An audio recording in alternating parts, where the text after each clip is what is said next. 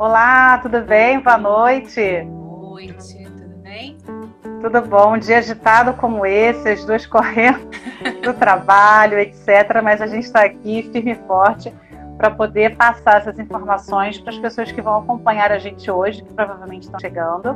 E enquanto você se prepara para se apresentar, eu só quero reforçar para as pessoas, por favor, que vocês já preparem as suas perguntas, porque a Luciana está aqui para trocar com vocês. A ideia é sempre essa, fazer um bate-papo, mas que atenda também a demanda de vocês, na medida do possível, é claro, e que vocês continuem, e se alguém não está, por favor, nos acompanhe nas nossas redes sociais, como o Instagram por aqui, o Facebook também, que é Conselho Regional de Fonoaudiologia Primeira Região, e também no nosso site, que é crefono1.gov.br, e lá você tem todas as informações dos diversos contatos que você pode ter com o Crefono 1, tá?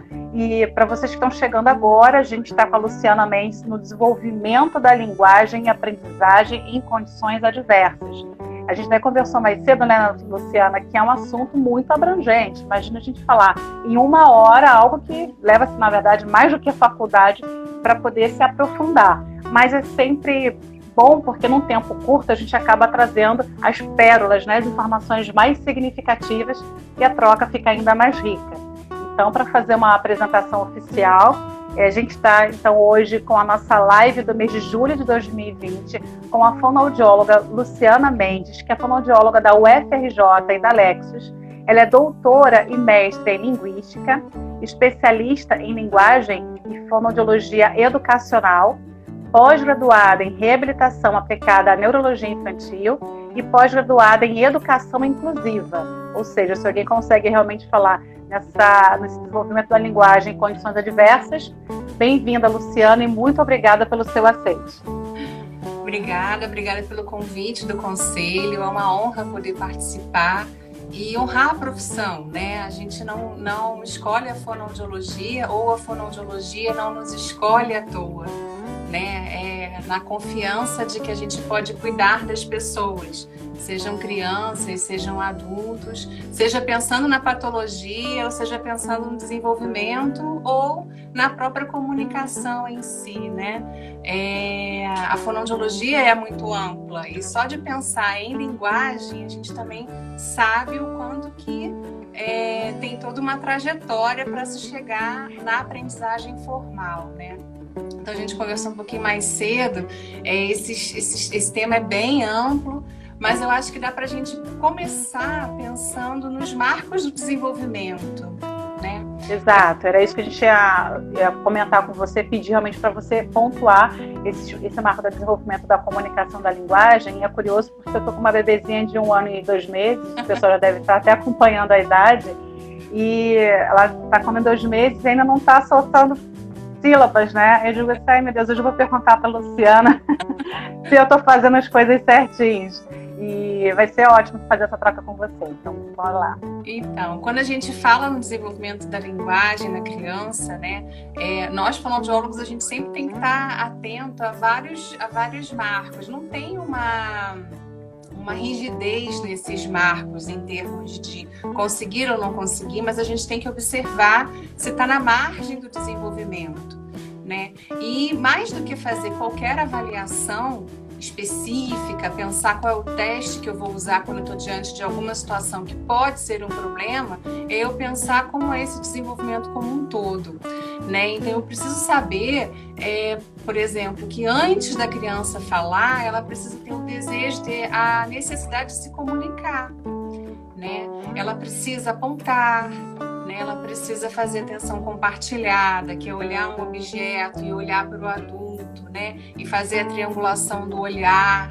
É isso que dá o indício da comunicação, né? Antes de conseguir falar, a criança já está imaginando coisas, já está montando o seu arsenal, né, de compreensão. Ela compreende antes de colocar para fora, antes de começar a falar, né? Então, pensando assim, no bebezinho de 1 ano e meio, ele precisa apontar, precisa estar atento, fazer contato visual, porque ali é que se estabelece a comunicação. Por isso que não dá para falar de linguagem sem falar na comunicação, né? Deixa eu te interromper um pouquinho, porque eu acho, a gente que fala muito também pro o público que é fonoaudiólogo em formação, né? Então a gente tem muitos graduandos nos acompanhando também. E eu dei aula há algum tempo para fonoaudiólogos e eu percebi o desespero por exercício, teste, avaliação, isso e aquilo. Então, essa ânsia do material, né, do técnico, muitas vezes faz com que ele apague ou não perceba a riqueza que é, na verdade, esse olhar que você está falando. Olhar de maneira abrangente, né? Então, isso me chamou a atenção agora, porque antes de você aplicar um teste, deixa eu ver quem é essa criança, o ambiente que ela está, como é que esse ambiente... É por aí mesmo? Por aí. A gente tem muitos testes hoje em dia, né? E, graças a Deus, a gente tem um avanço na fonoaudiologia enquanto ciência. E muito dentro do desenvolvimento, a gente tem muitos testes, né? Só de teste de observação de fala, a gente tem inúmeros. Quando se fala em aprendizagem, testes de consciência fonológica, temos inúmeros testes. Mas não adianta a gente ter 1000 testes e não saber o que a gente vai ler de resultado desses testes, né? Então, antes de pensar na avaliação que eu vou fazer, eu tenho que entender qual é o contexto dessa criança. É exatamente isso que você está falando. Qual é o contexto que ela está inserida? Qual é o ambiente que ela está? É um ambiente que propicia o desenvolvimento da linguagem? É um ambiente que favorece os aspectos da comunicação para que ela possa falar, né? Porque senão eu vou simplesmente aplicar teste, fazer a leitura desse teste via a resposta seca da criança sem olhar o contexto, né? Então, antes da gente pensar num teste, a gente tem que saber os marcos do desenvolvimento, né? Que aí os marcos do desenvolvimento, quantas palavras a criança pode falar com 1 ano?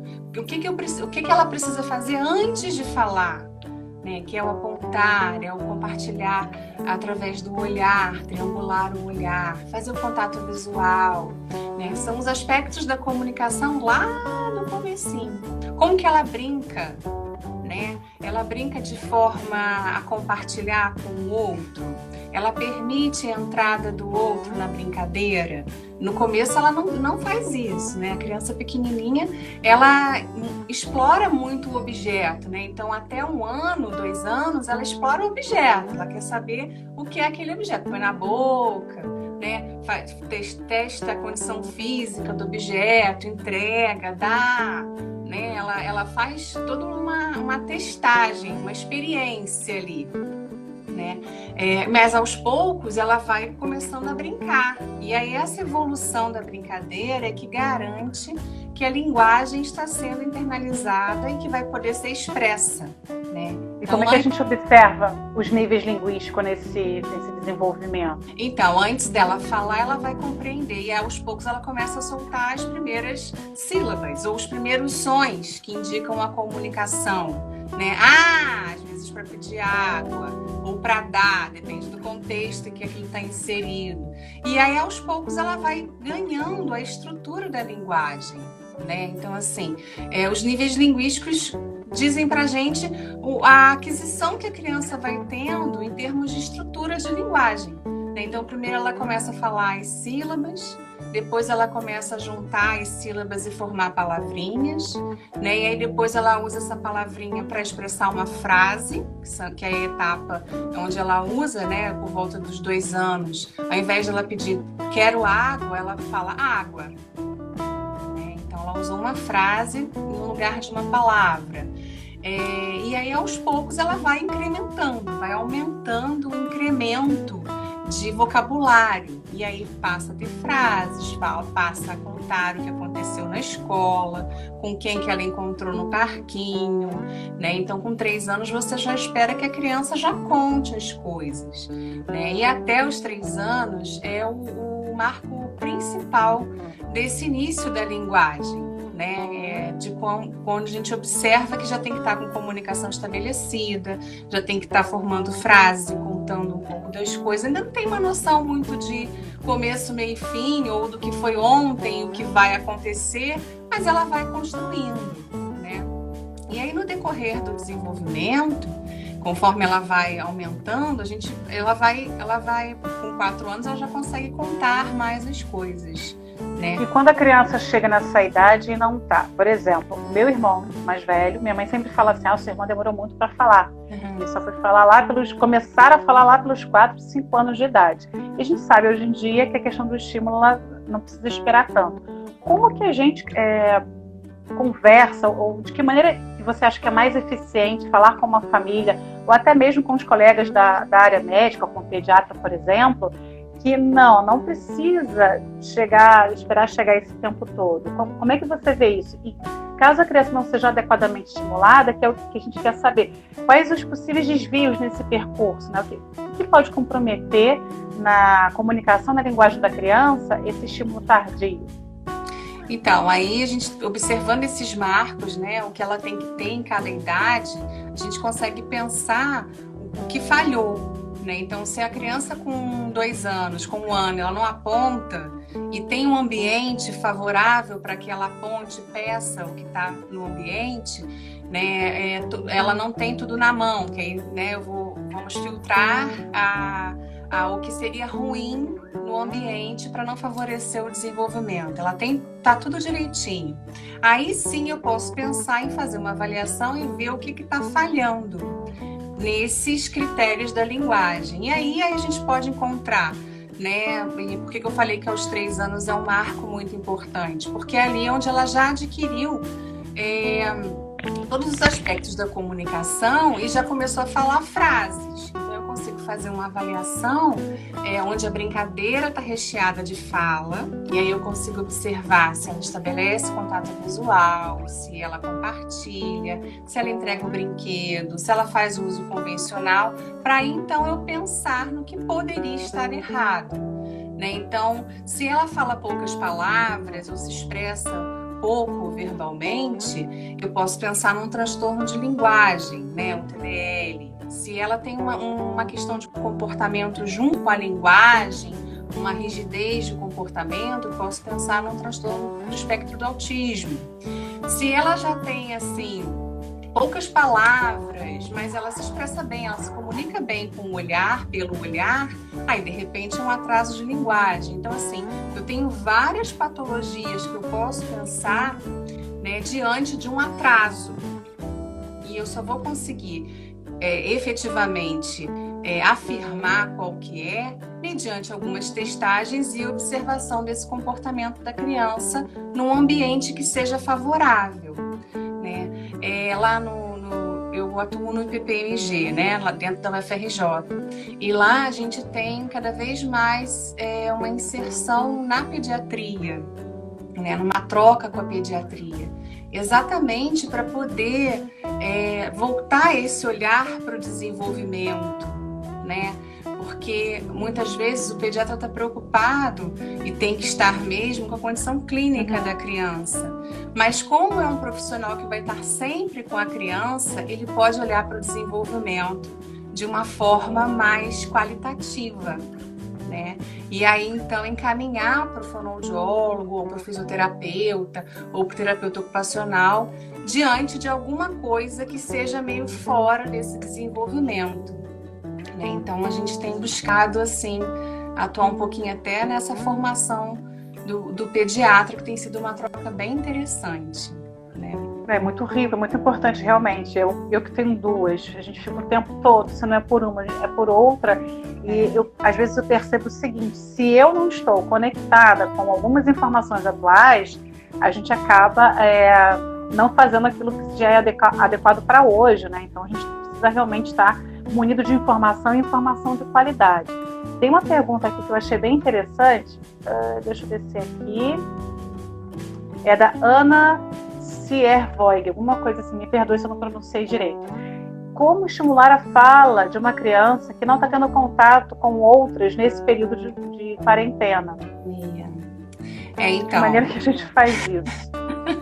O adulto, ele pode ser um excelente estimulador, né? E a criança, ela aprende com a brincadeira. Então, por que a escola é tão enriquecedora? Porque lá na escola, no ensino infantil, né, a criança vai estar em contato com outras crianças e vai ser um ambiente gerador de brincadeira. A professora, ela é mais uma facilitadora, uma mediadora desse início de aprendizagem, dos conceitos que vão balizar para a aprendizagem, mas ela propicia, né, o mais importante no ensino infantil é propiciar essa troca, né? Então, na escola vai estar com outras crianças, mas também vai estar com o adulto. E em casa, nesse momento que a gente está vivendo de pandemia, que é uma situação adversa até, a gente até ficou pensando se falaria nesse aspecto ou se falaria mais nos transtornos específicos, mas nesse momento os pais ou quem está com a criança precisa de alguma forma dar vazão à brincadeira da criança, com a criança. Então, sentar no chão mesmo e brincar, explorar, voltar ao tempo de quando você era criança, né? Então, nessa brincadeira, ajudar, brincar mesmo, né, com ela. Então, entrar na brincadeira dela, se é com carrinho, se é com boneca, porque é ali que você vai narrar a brincadeira e dar um bom modelo de fala, né? E aí isso vai fazer com que ela preste atenção na sua fala e consiga repetir, né? E consiga... Dá um exemplo. Desculpa te cortar. Dá um exemplo, porque o que acontece? Eu tenho para mim, de acordo com o contato com algumas colegas fonoaudiólogos, uma dificuldade nesse virtual. Então, como que você faz essa conexão? Porque quando a gente está no presencial, os pais podem assistir a gente, como esse exemplo como você deu, mediando, né, aquela brincadeira, que os pais acham que é brincadeira, a gente precisa mostrar que é uma condução, né, que é brincadeira assim, mas para a criança é o trabalho dela. Mas no virtual, como que... Dá um exemplo nesse contexto para alguns fonoaudiólogos que ou já estão trabalhando, de repente, tem muitos que devem estar se formando, né, para estimular. E até mesmo se a gente tiver alguém que não é fonoaudiólogo aqui, um pai, uma mãe, alguém que foi indicado até para um profissional, como que é esse brincar e voltar ao tempo? Porque às vezes a gente esquece. Eu outro dia fui sentar com a minha filha de 9 anos, eu perguntei, o que você faz né, com essa boneca? Eu queria fazer de um jeito, ela queria fazer de outro. Ai, meu Deus, eu preciso mudar minha cabeça. Não é do jeito que você brincava, né? Ela já tem uma outra geração, então ela já desenvolveu coisas próprias, é um vocabulário meio próprio até. Né? E por isso que você tem que entrar na brincadeira da criança. O que significa isso? É meio que baixar a sua faixa etária, né? Óbvio, sem perder a noção do que você está fazendo, porque ali ela sabe que você é o adulto, né? Mas você precisa tentar entender como que ela está construindo essa brincadeira. Né? Então, por exemplo, a sua filha de 9 anos. Então tá, filha, me conta como você brinca. Né? Como é que você faz com as suas amigas? E aí você vai aos poucos conseguir permear essa brincadeira. No menor, né? Nas crianças menores que estão ainda no início do desenvolvimento da linguagem e da fala, com os objetos. Né? Então as musiquinhas ajudam muito, né? A criança ela vai imitando o adulto. Então através dessa imitação, dessa repetição da brincadeira, né? Então você vai nomeando tudo que está ali. Olha, vamos levar o menino para passear no carrinho. Olha, então tá sempre permeando o som na brincadeira, né? Tudo tem som, tudo tem um significado sonoro. E é isso que vai enriquecer a fala da criança e aumentar o vocabulário. Porque a gente estava falando, você me fez a pergunta sobre os níveis linguísticos, né? Então a linguagem ela é estruturada, a nossa língua ela é estruturada em níveis, né? Do menor para o maior. Então, se a criança não tem um bom modelo de fala, não tem uma condição de audição boa, né? De discriminação desse som boa, ela vai acabar falhando no nível fonético, fonológico, por exemplo. Não só de acuidade auditiva, mas também de entendimento desse som, de processamento desse som. Então, tudo já começa aí, né? Na brincadeira, na exposição da criança aos estímulos auditivos, né? Então, tudo que ela olha, processamento visual, né? Tudo que ela olha, ela vai criando imagens no cérebro do seu vocabulário. Então, assim, ela começa a aprender para que servem as coisas, né? Os objetos, a cadeira, a xícara, a roupinha, que uma coisa, as coisas que servem para comer, as coisas que eu levo para a escola, e vai separando isso em categorias. Né? A relação das palavras na frase já é a característica morfossintática. Então, a nossa língua ela vai do menor para o melhor. E aí ela vai aos poucos entendendo, guardando isso, né, no seu vocabulário mental, e aos poucos vai colocando isso para fora em formato de palavras, né?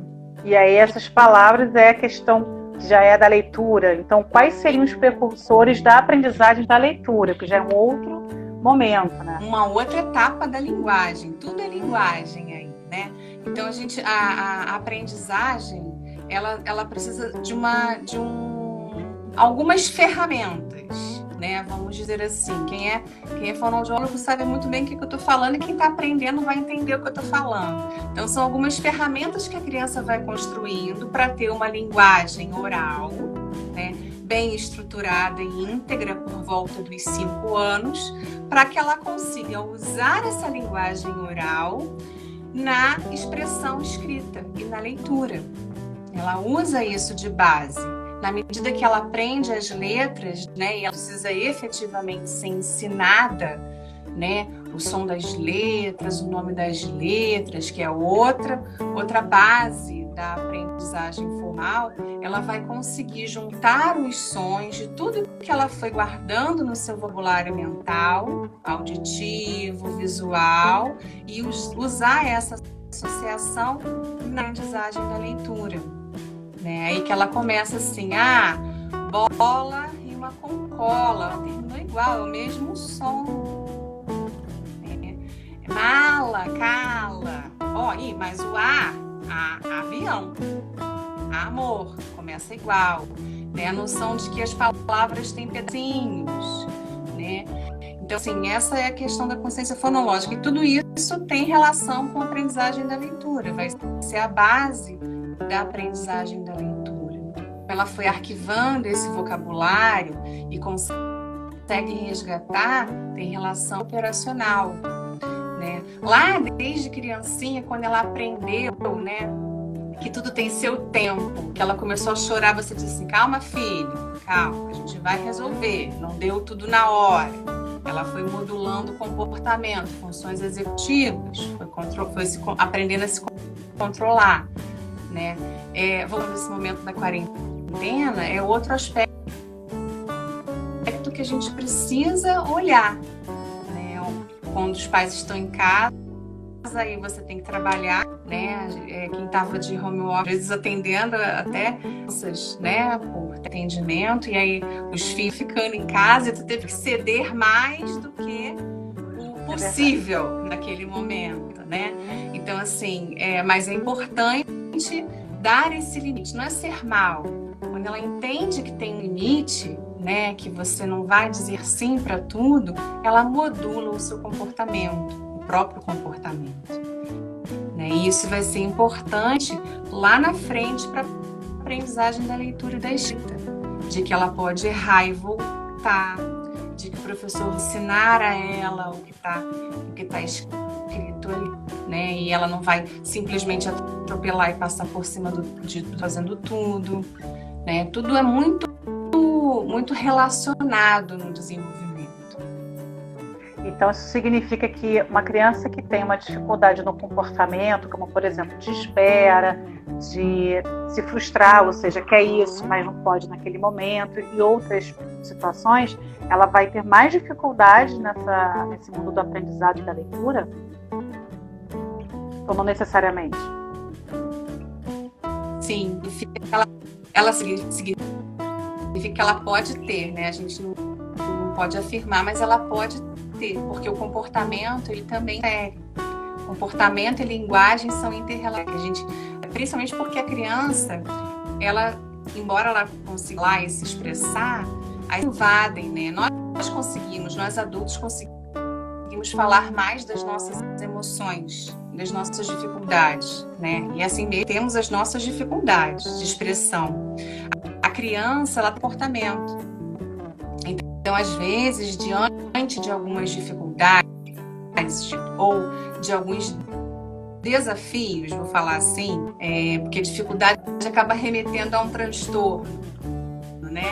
Mas diante de alguns desafios, a criança ela pode simplesmente não ir adiante. Então, você estava falando da questão do comportamento, né? Que isso influencia também no aprendizado, mas não significa que seja algo taxativo. De novo, faz parte do contexto de avaliação. E aí você até acho que estava comentando sobre o ceder um pouco mais na quarentena, mas ainda assim manter uma rotina e ordem, né? Para também a criança ficar sem prumo. Isso, exatamente, porque óbvio que na medida do possível, né, a gente está numa situação que é totalmente fora do nosso controle, né, é uma situação atípica, hein? Mas manter alguma rotina da criança se organizar melhor, porque muitas vezes ela não expressa verbal os sentimentos, isso vai transbordar no comportamento, na forma com que ela... E aí, às vezes, numa ansiedade, numa dificuldade de atenção que é transitória, não necessariamente é um transtorno, né? Por isso que a gente tem que ter um olhar de avaliação também para isso. Bom, a gente falou, então, sobre os marcos de desenvolvimento da comunicação da linguagem, né? Questões que podem atrapalhar esse desenvolvimento adequado e alguns precursores da aprendizagem da leitura. E aí, nas situações adversas, é que a gente vai entrar no ponto agora, que é sobre os transtornos de aprendizagem. Né? Então, quais são os transtornos, o fonoaudiólogo, de que maneira que ele vai atuar, como é que está essa família, essa situação, que até a situação em si é diversa, né, de estarmos em quarentena, então a gente tem uma certa limitação aí de ir à terapia muitas vezes, enfim. Vamos lá. Então a gente estava falando possíveis transtornos, né? Assim, em oral e no desenvolvimento da linguagem, quanto mais intervir, melhor, nos transtornos de aprendizagem também, né? Hoje em dia a gente tem condições, depois do DSM-5, que preconiza que a gente pode fazer um diagnóstico, né, inicial e fazer um acompanhamento, resposta à intervenção para depois reafirmar esse diagnóstico. É um ambiente muito seguro para o fonoaudiólogo, né? Abrindo um parênteses, né? Muitos dos transtornos de aprendizagem, então estou falando de dislexia, estou falando de desortografia, estou falando de transtorno mais abrangente de aprendizagem, é preciso uma avaliação interdisciplinar. Mas no que tange ao fonoaudiólogo, que é a parte da linguagem, né?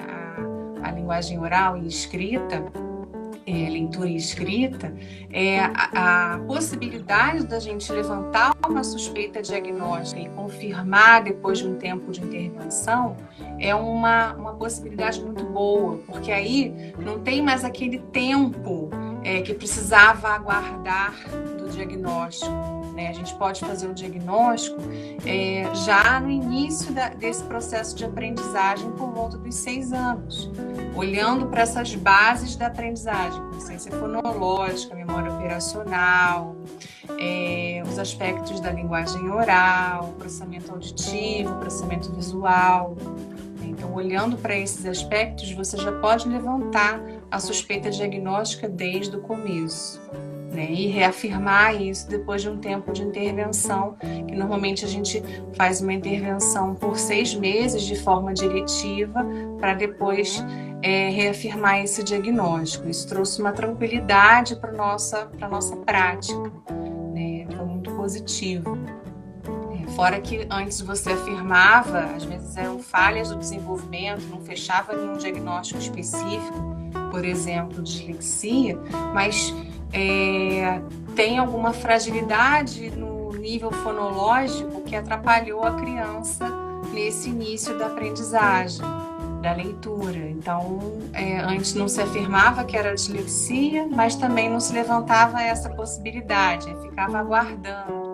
Então, hoje a gente não tem mais isso, a gente pode intervir de forma segura, direcional, tentando dar, né, suprimento para o desenvolvimento da aprendizagem formal, para minimizar o impacto na vida acadêmica da criança. Entendi. Então, eu vou pedir para as pessoas já começarem a mandar as suas perguntas, que a gente vai para uma última, na verdade, que não estava nem programada aqui, mas eu vou pegar algo que a gente conversou hoje de tarde, que é pensar nesses transtornos que são condições adversas, né, da falha da linguagem, para um momento que é um momento adverso, que é muito difícil de lidar com tudo isso. Até me lembrou hoje de tarde, minha filha estava fazendo um dever pelo computador, a gente tem que se segurar para não ficar em cima, né, na sala de aula da criança, e eu percebi que ela estava com uma baita de uma dificuldade, ou seja, a distância dificulta. A gente não tem assim como chegar a qualquer momento para buscar a criança e falar com o professor, ter essa conversa mais próxima. Tem o processo, pelo menos para mim, não facilitou, ele só dificultou um pouco mais. Então, como é que você vê essa criança que está com essa dificuldade, né, que tem essa dificuldade, esse transtorno, esse período todo de isolamento que a gente está tendo e que para a vida acadêmica da criança vai permanecer, que eu acho bem difícil que a gente volte tão cedo. Então, assim, família, criança e o fonoaudiólogo. Tenta fazer essa conversa. Então, a gente tem que pensar que é um momento completamente atípico, né? A família, ela não vai ser o professor da criança, não tem como ser. O professor, ele estudou durante muito tempo, tal como nós estudamos, né, para sermos fonoaudiólogas e específicas na nossa área, né? O professor estudou durante muito tempo para ele dar a aula, que era num outro formato, que era no formato presencial. O professor também precisa dessa troca, tal como nós, fonoaudiólogos, estamos também encontrando dificuldade na nossa prática por teleatendimento. O professor também está, e a criança também. Então, a gente mudou o contexto, o setting da ocorrência da aprendizagem, né? Então, a gente não sabe o impacto disso a longo prazo, mas o que a gente sabe é que o que é necessário para a criança nesse momento, mais do que aprender conteúdo, né? Porque aí a gente está falando do que seria específico da escola, ela precisa estar bem na relação com a aprendizagem. Ela precisa estar disponível nessa aprendizagem, né? Nesse contexto novo do aprender, né? Então, não dá para cobrar da criança nesse momento a quantidade que ela vai aprender de conteúdo, o quanto que aprendeu de ciências, o quanto que ela aprendeu de história, o quanto que ela aprendeu de geografia, né? E sim como que ela gerenciou esse tempo e essa aprendizagem num modelo novo que a gente teve nesse momento de pandemia, né? As crianças que têm dificuldade para aprender, e aí eu posso falar de quem eu cuido, né?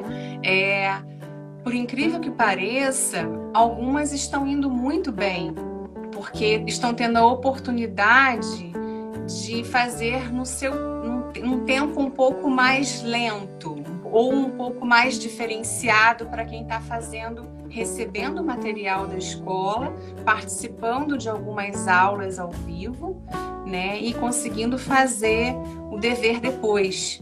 Então, assim, algumas até estão conseguindo gerenciar isso, né? Óbvio que a gente, enquanto fonoaudiólogo que atua com esse tipo de criança, precisa orientar a família, né? No começo da nossa live a gente falou da manutenção da rotina, o quanto que é importante, né? Então, acordar, o lavar o rosto, trocar a roupa e assistir a aula, né? Ou levantar, ou acordar, lavar o rosto, tomar o café e fazer o dever de casa como ele fazia quando ia para a escola à tarde.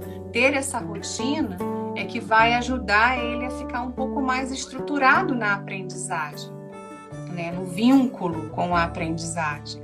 Porque, voltando, o conteúdo mesmo pedagógico pode ser que ele não seja todo aprendido, porque ele precisa desse setting escolar, né? Desse lugar da escola na hora do ensinar, da parte prática, e os pais, né, os avós ou quem está gerenciando a aprendizagem em casa nesse momento, não tem essa formação, né? E aí, voltando para a criança que tem dificuldade para aprender, algumas estão, não é se beneficiando, mas tendo uma forma mais direcional de aprendizagem, né? De treino de leitura, de adaptação, exige adaptação do material mesmo assim, então os professores estão tendo que fazer junto com quem faz mediação ou junto com a coordenação das escolas, fazer adaptação sim para algumas crianças que têm dificuldade, né? Então é um trabalho às vezes dobrado, né? E os pais precisam tentar propiciar um ambiente que seja mais estruturado. Eu acho que esse é o grande desafio desses personagens que você citou, né? Escola, ambiente de casa, quem tem dificuldade ou não, né? Que é a criança, e o contexto pandemia. Né? Eu acho que é um grande desafio mesmo.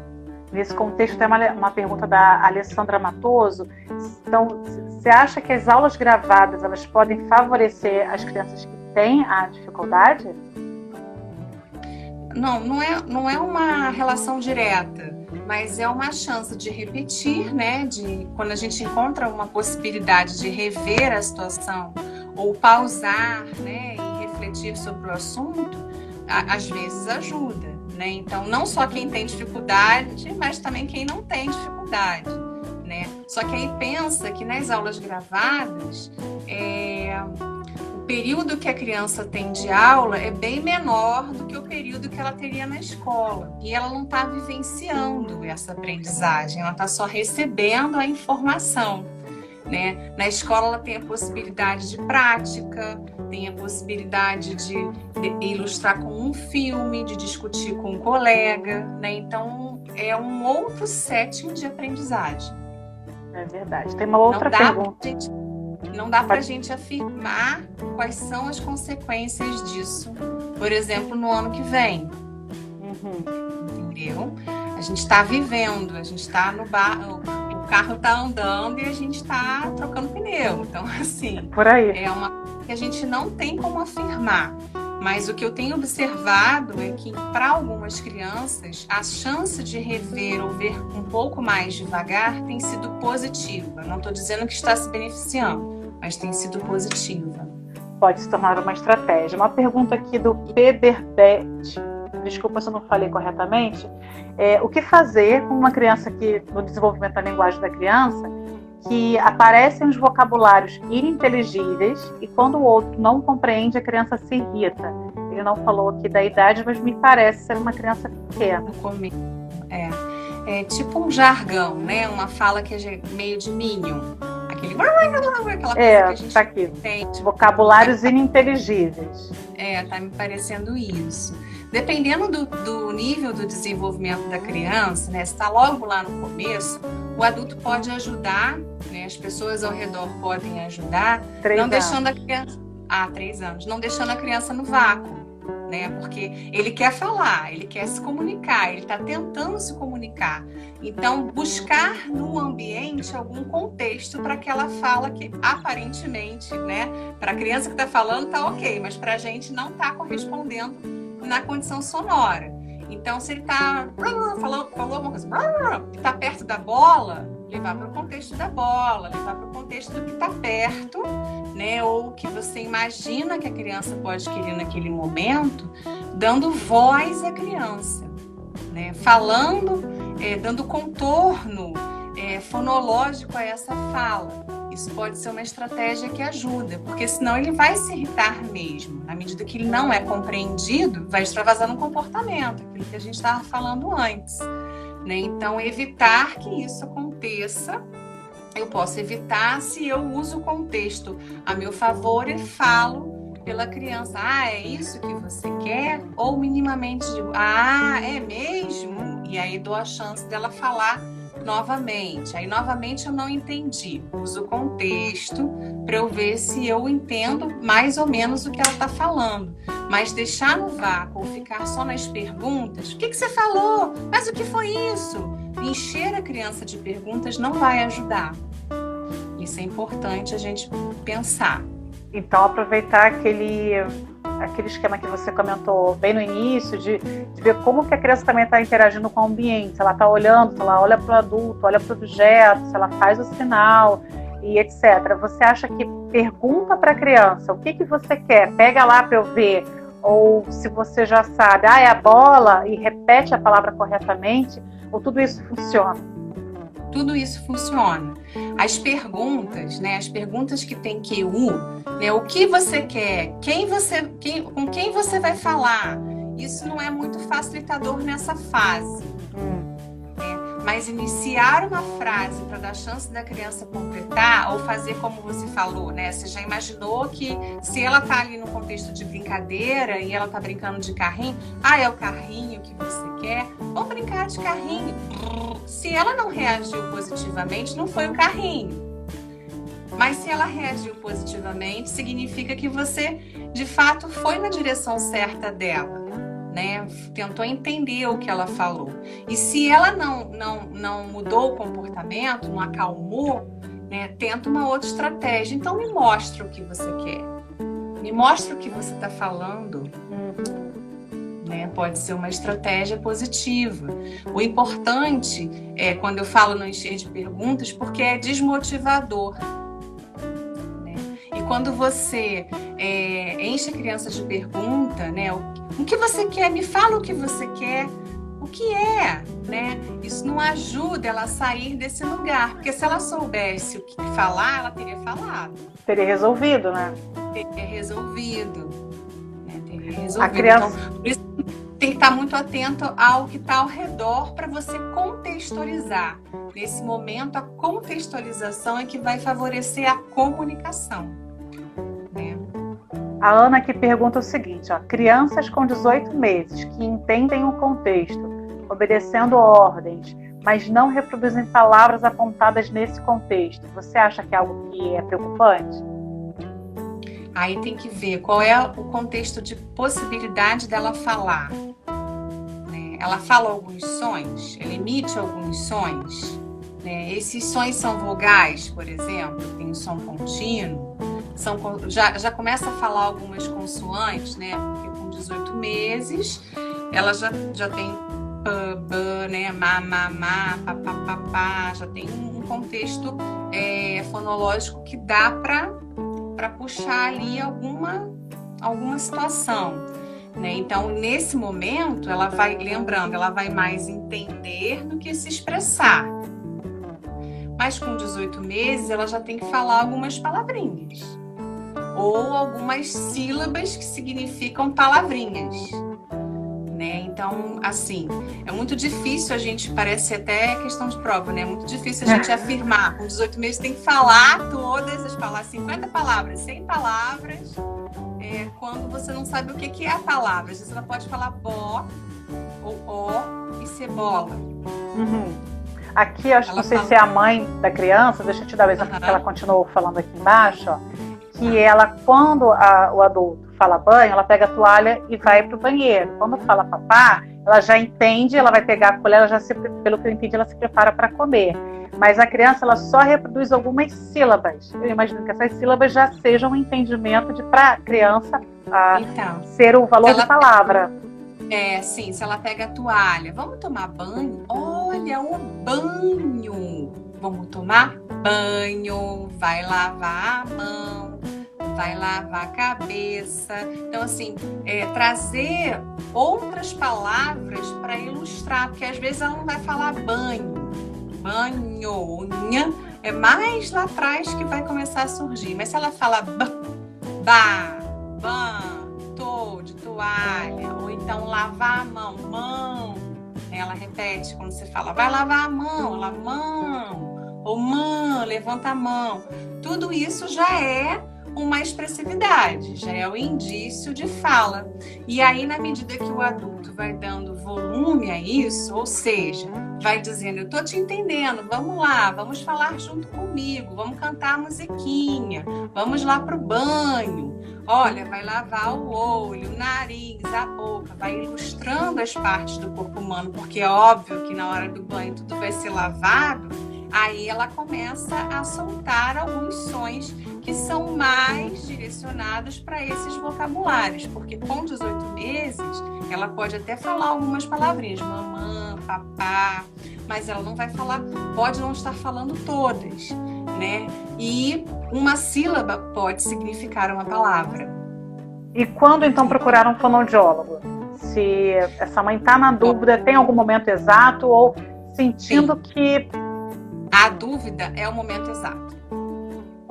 Porque aí o fonoaudiólogo é o profissional capacitado, é o profissional que estudou, é o profissional que vai saber e vai saber qual a avaliação que ele vai usar, vai olhar para esse contexto e chegar num diagnóstico. Mesmo que o diagnóstico seja, está tudo ok, faça isso e isso em casa, dê orientações. Então, a dúvida já é um sinalizador para procurar um fonoaudiólogo. Não quer dizer que vai ser para tratamento, mas vai ser para escutar e tirar essa dúvida da cabeça. Você acredita que a falta da creche, ou a criança não ir à creche, é um peso, é um problema? Ela depende da creche para desenvolver adequadamente a sua comunicação? A gente começou a falar um pouquinho sobre por que a escola era um ambiente estimulador, né? Porque ali o adulto vai propiciar o encontro entre as crianças, vai ter uma temática, vai ter um momento de brincadeira e é através do contato, né, do social, que vai se desenvolver a linguagem, a comunicação e a brincadeira em si. Se eu consigo fazer isso de um outro formato, por exemplo, na pracinha, em contato com os primos, e tornar mais tarde a entrada na escola, isso não é um problema, né? Mas pensando que antes da aprendizagem formal tem alguns conceitos que a criança precisa já ir aflorando no cérebro, né? Quais são esses conceitos? As cores, as formas geométricas, o que é igual, o que é diferente, né? Seja pelo som, seja pelo visual, né? Então, eu também não posso querer que aos 6 anos só que a criança vá para a escola e chegue pronta para aprender tudo isso. A pré-escola serve para estimular essas bases.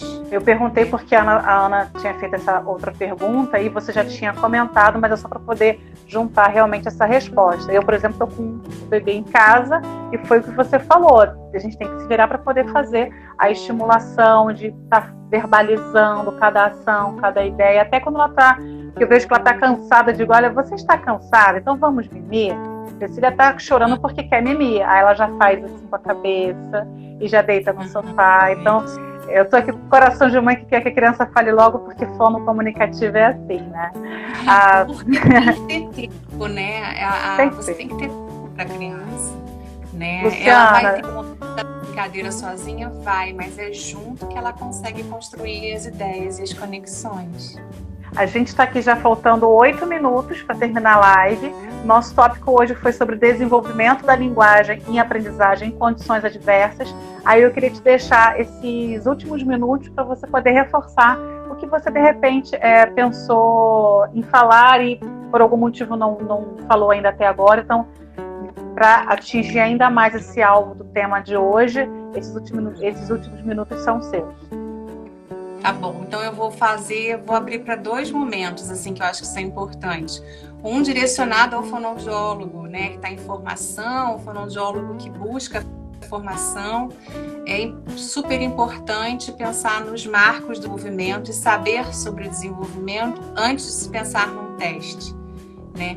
Quanto que a gente tem, eu ainda acho que eu estudei pouco, eu quero estudar muito mais. Por quê? Porque as coisas vão mudando ao longo do processo, né? E a gente tem que estar sempre em formação, sempre em aprimoramento. Então, para o fonoaudiólogo, eu tenho essa recomendação, né? Não deixe de estudar, vá buscar bons autores e vá entender de desenvolvimento, que é isso que vai nortear o trabalho, seja na avaliação ou seja na intervenção, né? Eu vou melhorar a minha intervenção terapêutica se eu souber qual é a etapa de desenvolvimento que eu preciso propiciar para aquela criança. Às vezes a criança de 4 anos que não fala, não adianta eu pensar no que ela precisa ter com 4 anos, mas sim naquilo que ela precisou construir ao longo desse percurso, né? E para quem não é fonoaudiólogo, que esteja aí ouvindo a gente, é importante, essa última pergunta é muito marcadora, né? Tem dúvida sobre o desenvolvimento do seu filho?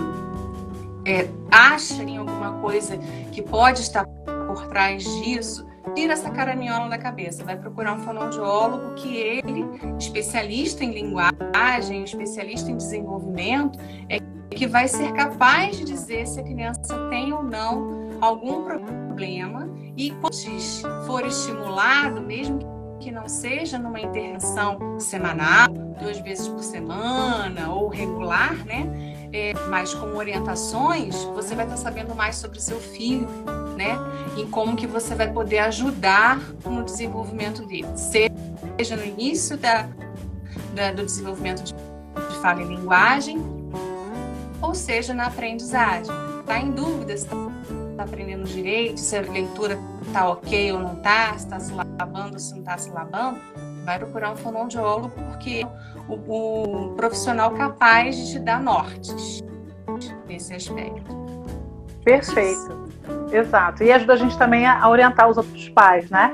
Então, eu te agradeço imensamente, Luciana. Foi um prazer fazer essa troca com você. Eu só guiar, né? Porque todo o conhecimento é teu. E eu sugiro a vocês que estão nos assistindo que cliquem ali na setinha, que é o aviãozinho, setinha, para passar para outras pessoas que você acha que vai se beneficiar com esse conteúdo de hoje. A live vai ficar salva. E lance seus corações se vocês gostaram da entrevista de hoje, né? Da live de hoje. E mais uma vez o Conselho Regional de Fonoaudiologia da Primeira Região agradece o seu aceite, Luciana, e também a todos que estiveram conosco nesse momento, assistindo e também participando. Um agradecimento especial à Alessandra Matoso, que é a nossa presidente da Comissão de Divulgação e que permitiu todo esse momento agora com a gente. E os demais também, claro, tá ok? Muito obrigada, um beijo grande, mais uma vez obrigada, Luciana. Muito obrigada. Bom. Obrigada a vocês. Um grande abraço. Tchau. Grande abraço e até a próxima.